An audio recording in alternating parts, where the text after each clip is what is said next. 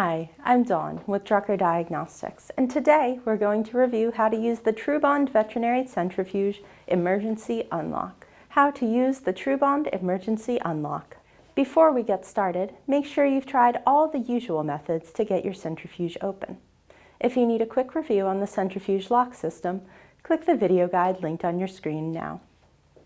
If your centrifuge loses power while locked or the stop unlock button otherwise becomes disabled, you'll need to use the emergency unlock. To use the emergency unlock, you'll need a flat object to peel up one of your centrifuge's labels and a pointed object to pull the unlock switch. We use a flathead screwdriver and a pen, but any similar objects will work. The emergency unlock is located underneath the open-close sticker just in front of the rotor chamber. Use the screwdriver to peel up the sticker. The emergency unlock is accessible through this small hole in the cabinet. Place the tip of the pen in the hole and pull forward along the channel. The lock will disengage. Now you can turn the lid latch a quarter turn counterclockwise and access the rotor chamber.